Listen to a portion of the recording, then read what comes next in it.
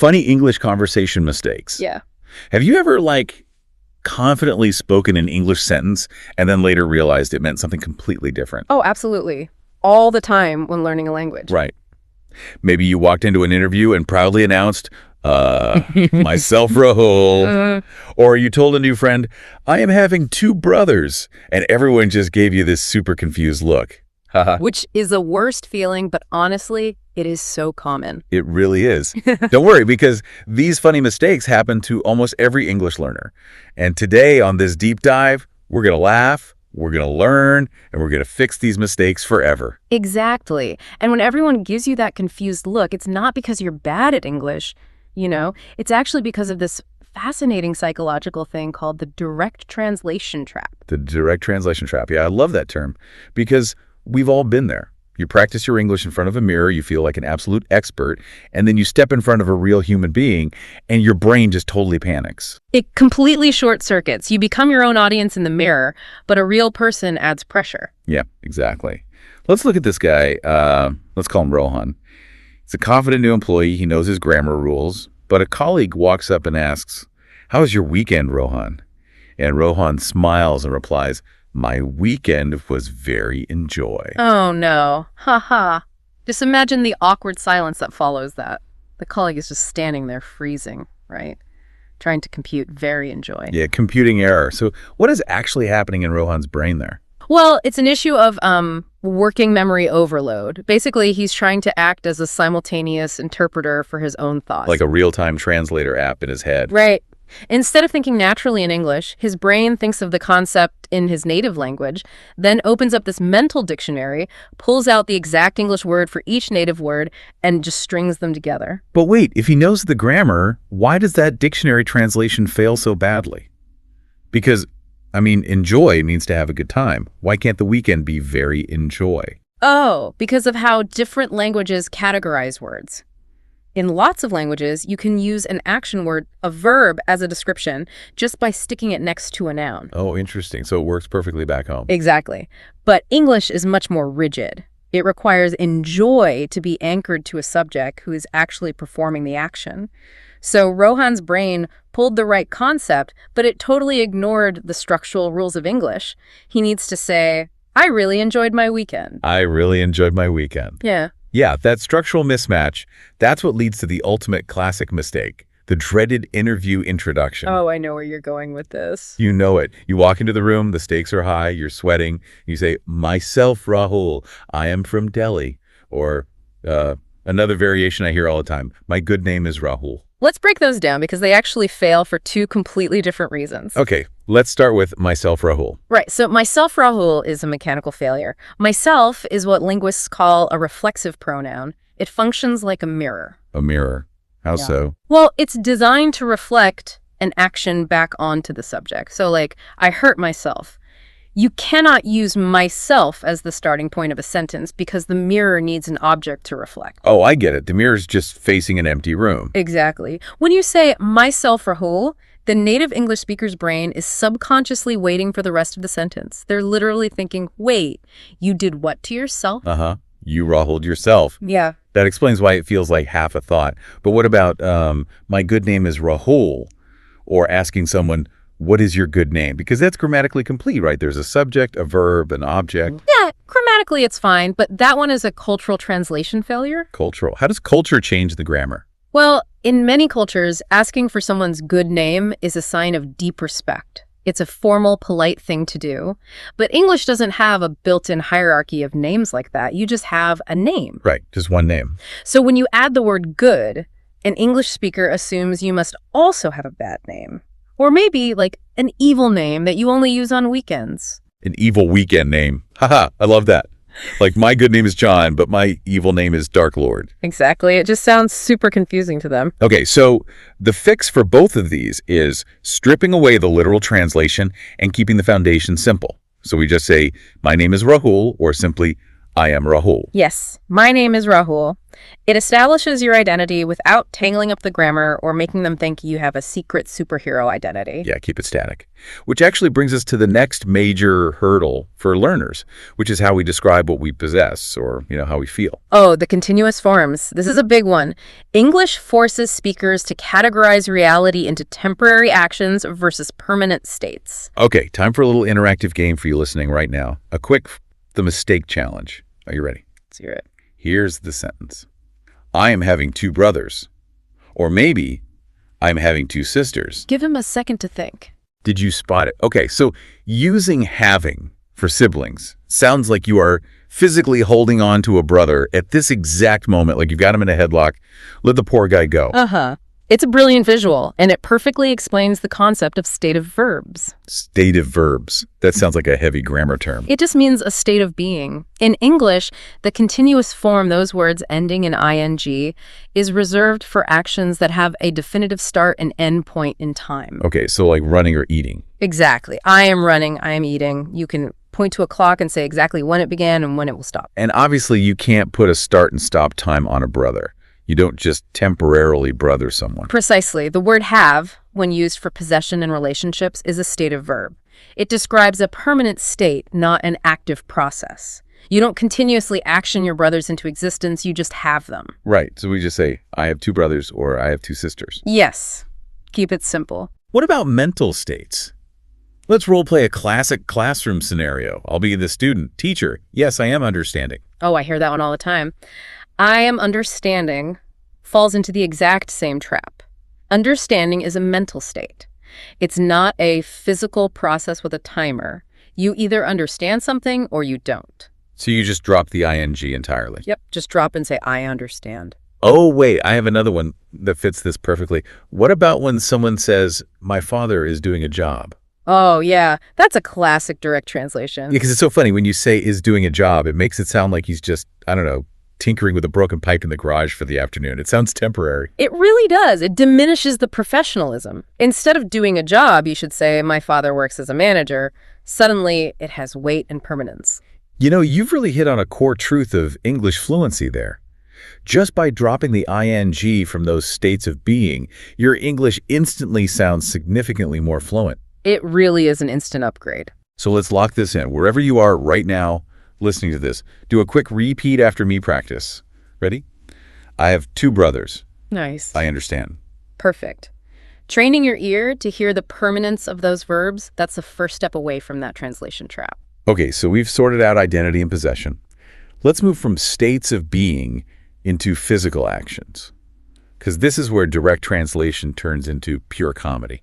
Oh, it really does. Verbs are tricky. If you use the wrong one, the imagery is just incredible. Imagine I walk into a dark room and confidently command, please open the light.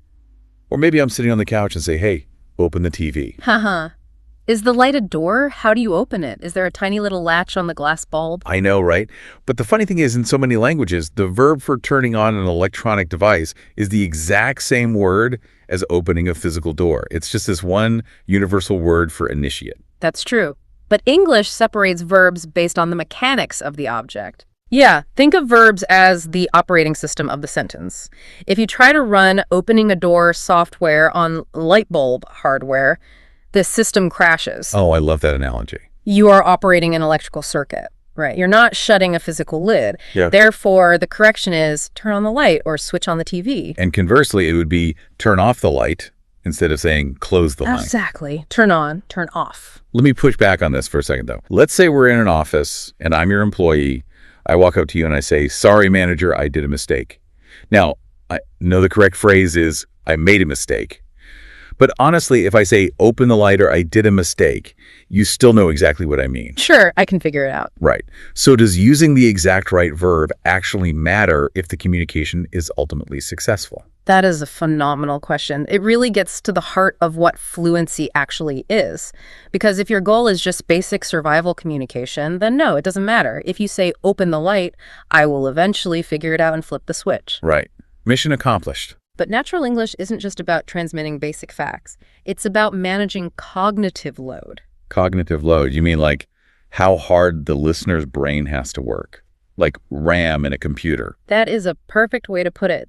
Linguists study this thing called collocations. Collocations? Yeah, they are words that naturally live together in a language, like make a mistake, take a shower, catch cold. Okay, they just sound right together. Right.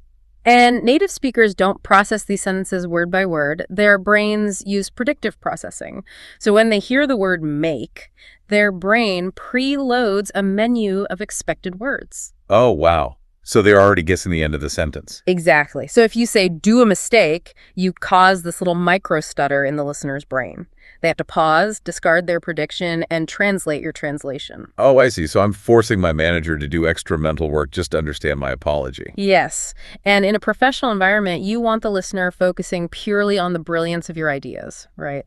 Not untangling the mechanics of how you delivered them. That is so true. Using the correct collocations reduces that friction. Saying make a mistake instead of do a mistake just makes you sound authoritative and precise. Okay, basic verbs get the physical job done, but mastering collocations builds professional confidence. Exactly. Speaking of basic things, there's a couple more I have to throw at you.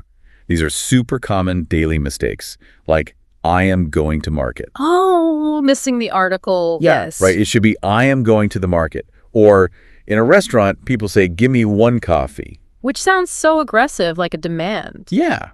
It's perfectly normal in some languages, but in English, you want to soften it? Can I have a coffee, please? Yes, politeness is baked into the phrasing in English. Okay, so what happens when we move beyond physical actions and try to translate abstract ideas? Because I feel like this is how we end up in the Department of Redundancy and extreme exaggeration. Oh, this is where the translation trap gets really dramatic. It totally does. Yeah. Let's look at the classic graduation error. I proudly declared to my whole family, I passed out from college last year. Uh-huh. Passed out means you became unconscious. I know. Like you were completely unconscious for 4 years. How did you pass your exams? I became unconscious in college last year. Oh. It's so funny. I have literally seen people use hand gestures, like professional actors, when they forget the word graduated. They just mime falling asleep and say passed out. Oh my God. It's hilarious, but obviously terrible for a job interview. It really is. And it's a perfect example of how phrasal verbs work. Phrasal verbs, like passing out. Yeah, verbs combined with a preposition. They have highly specific idiomatic meanings in English that do not map cleanly from other languages. You cannot guess their meaning just by looking at the two words. So what's the professional fix? The professional fix is simply, I graduated from college. Perfect. I graduated. Yeah! Okay, let's do a rapid-fire correction game for you listening right now. I'm going to throw out a redundant sentence, a classic office mistake, and you hit us with the fix and the explanation. Ready? Ready? Okay, we're in an office setting. I send an email that says, please revert me back by tomorrow. Okay, so revert means to return to a previous state, and adding back is entirely redundant. Plus, you don't want the person to turn back into a previous version of themselves, like a time traveler. Great. You just want an answer. The correct professional phrase is, please reply to me, or please get back to me. Nice. Okay, next one. Do one thing. I hear this all the time when someone is asking for a favor. Hey, do one thing for me. Oh yeah, that sounds a bit too direct, almost like a command. A much more natural and polite way is, could you please do this? Or can you help me with this? Oh, that's much smoother. Okay, how about this? I will inform to him. An extra preposition. Yeah. You don't need the two. The verb inform takes a direct object. So just say, I will inform him. I will inform him. Got it. What about being in a meeting and saying, let's discuss about the new project? Similar issue. Discuss inherently carries the meaning of talk about. So adding about is like saying ATM machine or PIN number. You're doubling up. Exactly. Doubling up on the concept. The clean phrase is, let's discuss the new project. It's so clean when you take out the extra words.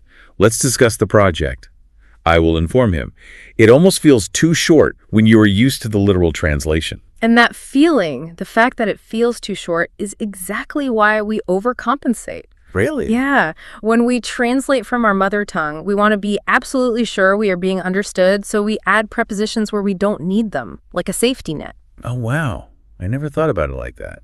We're just trying to be safe. But natural English heavily values economy of words. Shorter is almost always stronger. Okay, so we've spotted the mistakes. We've had our laughs about unconscious college students and holding our brothers hostage. Yeah. But how do we actually fix the root problem? The translation trap itself. Exactly. We know the brain wants to translate. It wants to add the extra words. How do we stop it and start thinking naturally in English? Well, the secret is a shift in how you study. You have to stop obsessing over individual vocabulary words. Wait, really? But we need vocabulary to speak. We do, but if you learn English by reading a dictionary, you will always sound a bit robotic. Because you are relying on explicit memory, you're treating language like a math equation. Word A plus word B equals sentence. Right. Which leads to Rohan saying his weekend was very enjoy. Exactly.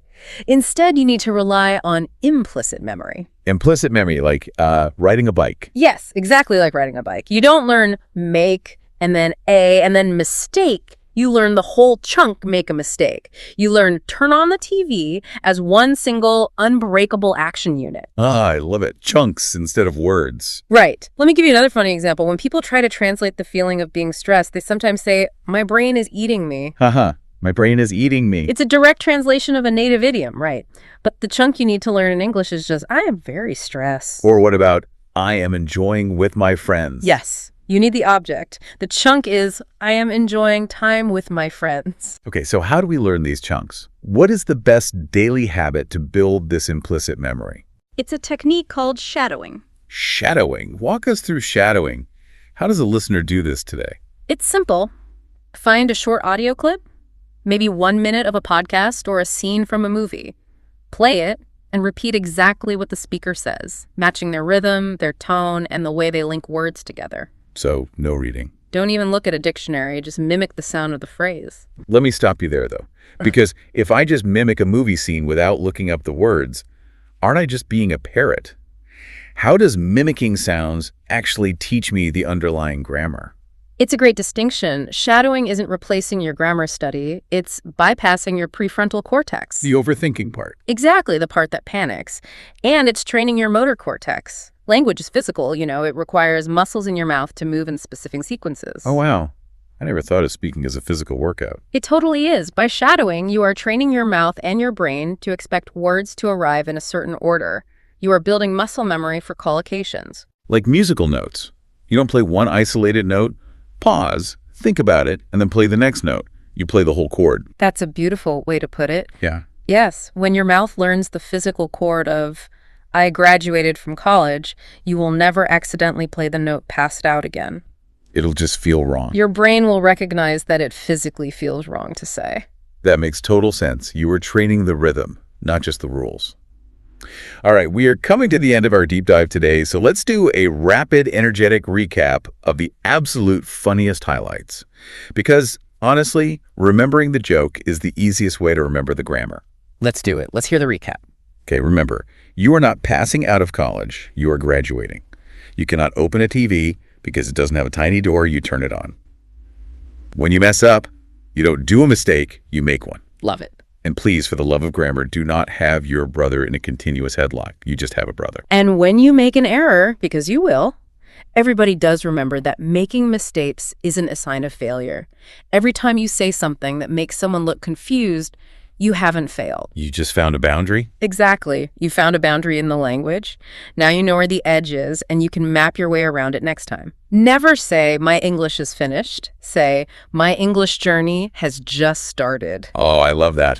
My English journey has just started. I want to leave you, the listener, with a fun new perspective to ponder today. We spent this whole time laughing at how literal translations from your native language into English sound crazy. They really do. But think about the reverse. If you took English idioms and translated them directly into your native language, they would sound absolutely insane. Oh, for sure. Imagine directly translating, it's raining cats and dogs, or telling someone to spill the beans. They'd think you were crazy. Language is weird, it's messy, and it is absolutely supposed to be fun. So think about it. What is a crazy literal translation from your language that sounds ridiculous in English? Maybe share it with a friend who is also learning. It really highlights how beautiful and